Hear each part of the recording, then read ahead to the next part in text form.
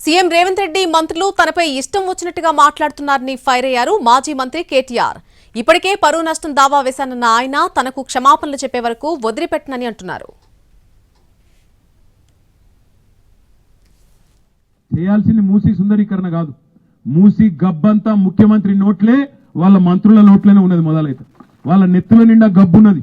దిక్కుమాలిన మాటలు, దిక్కుమాలిన ఇష్టం వచ్చిన రోత ఉట్టించే మాటలు, మామూలు మనుషులు మాట్లాడే మాటలు కూడా కాదు. ఇడిసిపెట్టాం ముఖ్యమంత్రి, నీ గబ్బు మాటలకు, నీ మంత్రుల చెడ్డ మాటలకు చూస్తా ఊరుకున్నాం. చాలా రోజులు 4-5 ఏళ్ళు ఇష్టం వచ్చినట్టు పిచ్చోన్లే కొరినా ఊకున్నాం.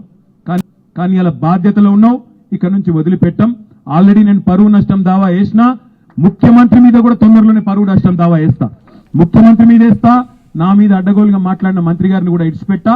క్షమాపణ చెప్పేదాకా అటు క్రిమినల్ ఇటు సివిల్ డిఫమేషన్ 2 సూట్లు కూడా వేస్తా, వదిలిపెట్టాను.